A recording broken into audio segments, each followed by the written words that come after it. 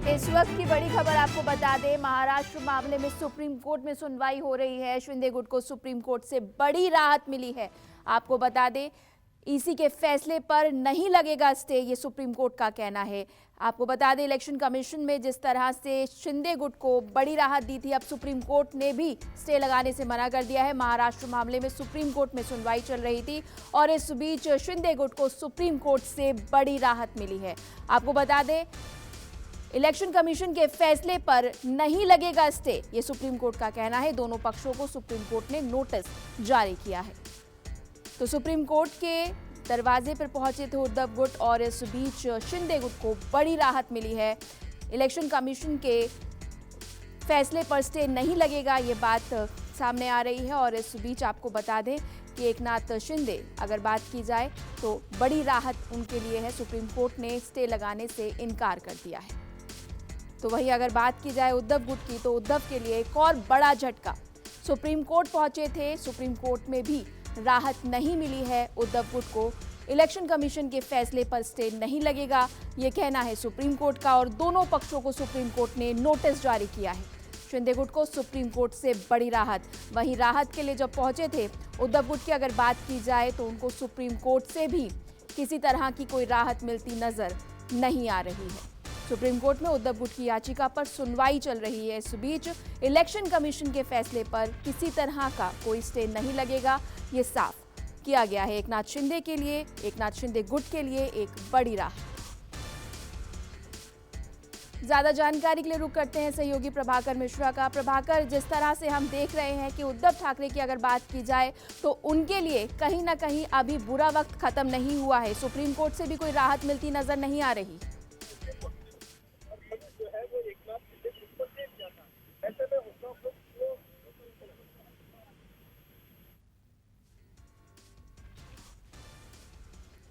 प्रभाकर, मेरी आवाज आप तक पहुंच रही है? जी, सवाल पूछिए। जी बेशक, आपसे समझना चाहेंगे, उद्धव गुट की अगर बात की जाए तो किसी तरह की राहत नजर नहीं आ रही है सुप्रीम कोर्ट से भी। उद्धव गुट को बस इतनी सी राहत है कि उनकी तरफ से ये कहा गया कि अब तक इस पार्टी भी उनके पास चली गई, नाम भी चला गया और चुनाव चिन्ह तो उनके पास चला ही गया था। उसके बाद चूंकि उद्धव गुट के पास अभी बैंक अकाउंट है और बैंक की पार्टी का बैंक अकाउंट है और पार्टी की बाकी संपत्ति उनके पास है और ये इस पर भी दावा कर सकते हैं। इस तरह इस पर कुछ राहत मांग रहे थे उद्धव ठाकरे ग्रुप की तरफ से, सुप्रीम कोर्ट से राहत मांगी जा रही थी, लेकिन सुप्रीम कोर्ट ने इसमें कोई आदेश नहीं दिया है। मतलब ये कि साथ ही कोर्ट ने कहा कि अगर ऐसी कोई स्थिति आती है तो आपके पास विकल्प होगा कि आप इस पर बाद में आप इस तरह का कोई की मांग कर सकते हैं। फिलहाल नोटिस जारी कर दिया है, 2 हफ्ते में जवाब देना है। महत्वपूर्ण बात इसमें ये हुई कि उद्धव ठाकरे ग्रुप की तरफ से कपिल सिब्बल ने कोर्ट के सामने ये बात कही थी कि राज्यसभा में इनके पास अभी भी बहुमत है। चुनाव आयोग ने इस मामले में फैसला देने से पहले पूरे संगठनात्मक ढांचा जो होता है पार्टी का विधायक दल के नेता के अलावा भी और अनुषंगिक संगठन होते हैं, इन तमाम चीजों को देखना होता है। यहाँ पर चुनाव आयोग ने केवल विधानमंडल की सदस्यों की संख्या के आधार पर फैसला किया है और ये गलत है और इसी आधार पर इन्होंने सुप्रीम कोर्ट में चुनाव आयोग के फैसले को चुनौती दी है। दूसरी महत्वपूर्ण बात यह हुई कि एकनाथ शिंदे की तरफ से उनके वकील की तरफ से इस याचिका का ये कहकर विरोध किया गया कि इस मामले में पहले इनको हाईकोर्ट जाना चाहिए था, उसके बाद सुप्रीम कोर्ट ये आते। इन्होंने सीधे सुप्रीम कोर्ट में आए हैं और ये सही नहीं है। दूसरी महत्वपूर्ण बात कही गई कि चूंकि इसके पहले ये हाईकोर्ट जा चुके हैं तो यहाँ पर भी पहले इनको हाईकोर्ट जाना चाहिए था। इस आधार पर इस याचिका का विरोध किया गया। तीसरी महत्वपूर्ण बात ये की गई कि बार बार ये कहा जा रहा था इनके तरफ से, उद्धव ठाकरे ग्रुप की तरफ से ये कहा जा रहा था कि संविधान में जो संशोधन हुआ है उस संशोधन को ध्यान नहीं दिया गया है। तो ये तमाम चीजें हुई हैं, लेकिन सुप्रीम कोर्ट से आज जी बेशक प्रभाकर जी, हम आपका रुख करेंगे। इस बीच बता दें, कहीं ना कहीं जिस तरह से ये पूरा मामला सामने आ रहा है आणि आमची हीच बाजू होती की माननीय निवडणूक आयोगाने जे निकाल दिलेला आहे त्यात सर्वोच्च न्यायालयाने कडे आम्ही हीच बाजू मांडली की हा पक्षाची नोंदणी 6A आणि B च्या नुसार जे पक्षाला जी वोटिंग होते त्याच्यावर असते. पक्षाच्या वोटिंग जेवढे होते त्या वोटिंगच्या काउंट्सवरच पक्ष हा रिजनल पार्टी आहे की नॅशनल पार्टी आहे त्याच्यावर तो काउंट होतो. आणि त्याच आर्ग्युमेंटवर ही सर्व चर्चा झालेली आहे आणि माननीय सर्वोच्च न्यायालयाने ह्या निवडणूक आयोगाच्या निकालाला स्थगिती दिली नाहीये. नाही, न्यायालयाने कुठलंही सांगितलेलं नाहीये. न्यायालयाने जो निर्णय आहे त्याला कुठलीही स्थगिती दिलेली नाहीये. संदर्भात कुठलीही स्थगिती दिलेली नाहीये. त्यामुळे आमदार अपात्र करू शकतात. निवडणूक आयोगाने जो निर्णय दिलेला आहे पक्ष चिन्ह आणि पक्ष माननीय मुख्यमंत्री एकनाथ शिंदे साहेबांच्या नेतृत्वाखाली राहील हा जो निर्णय दिलेला आहे त्या निर्णयात कुठलाही हस्तक्षेप सध्या केलेला नाहीये. त्याला कुठेही स्टे दिलेला नाहीये. आणि डिस्क्वालिफिकेशनच्या संदर्भात पण तो आता पक्ष प्रमुख मुख्य नेते म्हणून आणि जी राष्ट्रीय कार्यकारिणी त्या संदर्भातला तो निर्णय घेऊ शकतो. तो पक्षांतर्गतचा विषय आहे. तुमच्या वकिलांकडून सांगण्यात आलं की व्हीप आम्ही जारी करणार नाही. त्यामुळे आता प्रश्न निर्माण होतो की व्हीप शिंदे गटाकडून शिवसेनेकडून ठाकरे गटाच्या आमदारांना जारी होणार आहे का? नाही, त्यांनी माननीय कपिल सिब्बल यांनी भीती व्यक्त केली की ह्या 2 आठवड्यात जर यांनी व्हीप लागू केला तर डिस्क्वालिफिकेशन होऊ शकतं. परंतु माननीय महेश जेठमलानी तो ये जो पूरी लड़ाई थी नाम और निशान की जो अब सुप्रीम कोर्ट पहुंची थी, इस बीच शिंदे गुट को फिर राहत मिली है और उद्धव गुट की अगर बात की जाए तो बड़ा झटका लगा है. सुप्रीम कोर्ट ने स्टे लगाने से, इलेक्शन कमीशन के फैसले पर स्टे लगाने से इनकार कर दिया है.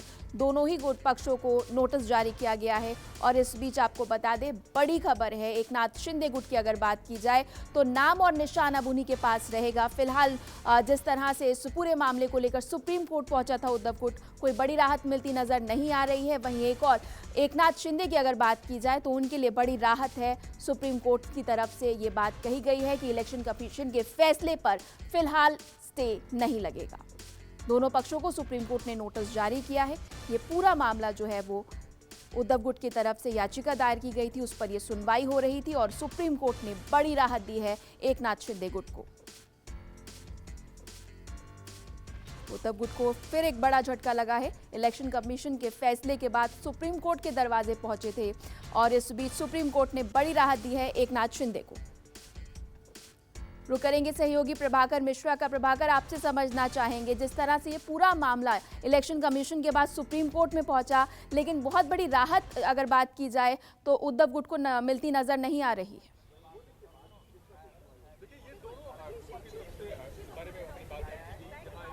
देखिए, उद्धव ठाकरे की तरफ से सुप्रीम कोर्ट में जो मांग की गई थी वो मांग ये थी कि तत्काल जो चुनाव आयोग का फैसला है उस पर रोक लगा दिया जाए. चुनाव आयोग ने फैसला दिया था कि शिवसेना नाम भी दे दिया था और साथ ही साथ चुनाव चिन्ह भी एकनाथ शिंदे ग्रुप को दे दिया गया था. उस फैसले को सुप्रीम कोर्ट में ये कहकर चुनौती दी गई कि चुनाव आयोग ने अपने कर्तव्यों का निर्वहन नहीं किया है. तमाम तथ्यों की अनदेखी की गई है. संविधान के जो पार्टी का संविधान है उस पर ध्यान नहीं दिया गया, उसकी अनदेखी की गई है. ये तमाम तर्क देकर सुप्रीम कोर्ट में याचिका दायर की गई है. और इसमें कल तत्काल सुनवाई की मांग की गई थी. आज जब सुनवाई 3:30 में सुनवाई शुरू हुई तो मुख्य न्यायाधीश की बेंच के सामने पहले ही एकनाथ शिंदे गुट की तरफ से ये विरोध किया गया, इस याचिका का विरोध किया गया कि इस याचिका को हाईकोर्ट पे जाना चाहिए था, सीधे सीधे सुप्रीम कोर्ट में नहीं आना था. इसमें यह भी कहा गया, इसके पहले भी ऐसा हुआ है कि चुनाव आयोग के मामले में ये उद्धव ठाकरे हाईकोर्ट जाते रहे हैं, गए हैं, 2 बार गए हैं. तो इस आधार पर इसका विरोध किया गया. सुप्रीम कोर्ट सीधे सीधे आने को लेकर इसका विरोध किया गया. दूसरी बात, ये तत्काल ये मांग की गई कि इस मामले को चुनाव आयोग के फैसले पर सुप्रीम कोर्ट रोक लगा दे. सुप्रीम कोर्ट ने कहा कि जब तक हम इस मसले पर पूरी सुनवाई नहीं कर लेंगे तब तक रोक लगाना ठीक नहीं रहेगा. नोटिस जारी कर दिया है दोनों पक्षों को. नोटिस जारी कर दिया है. चूंकि उद्धव ठाकरे की याचिका थी, एकनाथ शिंदे गुट को नोटिस जारी हुआ है. दूसरा इसमें पक्षकार चुनाव आयोग है, चुनाव आयोग को इसमें नोटिस जारी की गई है. और जो बातें कही गई हैं मोटा मोटी एक तरह से ये कि उद्धव ठाकरे ग्रुप की तरफ से कपिल सिब्बल खड़ा हुए और उन्होंने बातें कही कि दरअसल चुनाव आयोग ने जो फैसला दिया है वो केवल विधानमंडल में मौजूद विधायकों की संख्या के आधार पर चुनाव आयोग ने फैसला दिया है. जबकि फैसला लेने का जो नियम ये होता है कि पार्टी के न केवल पार्टी के विधायकों की संख्या गिनी जाती है बल्कि लोकसभा और राज्यसभा में उनके कितने सदस्य उसको भी देखा जाता है. और पार्टी के तमाम जो अनुषंगी संगठन होते हैं, चाहे वो किसान मोर्चा होता है, महिला संगठन होता है या छात्र संगठन होता है, इसके अलावा और भी पार्टी के कई अनुषंगी संगठन होते हैं. तो कुल मिलाकर पार्टी का जो संगठनात्मक ढांचा होता है उसको पूरा ये देखना होता है कि किसके पास सबसे ज़्यादा स्टेक है, किसके पास सबसे ज़्यादा लोग हैं और उस आधार पर फैसला करना होता है. यहाँ पर जो उद्धव ठाकरे गुट का जो आरोप है वो ये है कि उन्होंने ये भी कहा कि इवन राज्यसभा में भी उद्धव ठाकरे का बहुमत है, उसके बावजूद भी तमाम चीज़ों की अनदेखी करते हुए चुनाव आयोग ने फैसला दिया है और इसी आधार पर तत्काल ये मांग की जा रही थी कि हाईकोर्ट चुनाव आयोग के फैसले पर रोक लगा दी जाए। सुप्रीम कोर्ट ने कोई रोक नहीं लगाया है। एक महत्वपूर्ण बात यह भी हुई कि उद्धव ठाकरे गुट की तरफ से ये कहा गया कि फिलहाल अभी भी उद्धव ठाकरे के गुट के पास ही पार्टी की संपत्ति है, पार्टी का बैंक अकाउंट है और ये लोग चुनाव आयोग के फैसले के बाद इस पर भी दावा कर सकते हैं। तो इस संबंध में भी सुप्रीम कोर्ट से कुछ आदेश पारित करने की मांग की जा रही थी। सुप्रीम कोर्ट ने इस पर कोई आदेश नहीं दिया। सुप्रीम कोर्ट ने अलबत्ता ये जरूर कहा कि चुनाव आयोग के फैसले के आलोक में आगे कोई अगर ऐसी चीज स्थिति पैदा होती है तो आपके पास जो विकल्प रहेगा, कानूनी विकल्प, संवैधानिक विकल्प रहेगा, उसके तहत आप कार्रवाई कर सकते हैं। तो ये भी एक राहत मांगने की कोशिश हो रही थी, जिससे तत्काल सुप्रीम कोर्ट की तरफ से राहत नहीं दिया गया। टिप्पणी जरूर है कि अगर कोई स्थिति आती है तो आप कानूनी विकल्प पर के लिए वो कर सकते हैं। तो फिलहाल एक तरह से ये कहें कि स्टेटस को जैसी स्थिति तो नहीं है, लेकिन फिलहाल सुप्रीम कोर्ट से कोई स्टे नहीं लगा हुआ है। चुनाव आयोग का फैसला बरकरार रहेगा, चुनाव आयोग के फैसले पर कोई रोक नहीं है। मतलब पार्टी का नाम और पार्टी का चुनाव चिन्ह एकनाथ शिंदे गुट के पास ही रहेगा। बाकी अब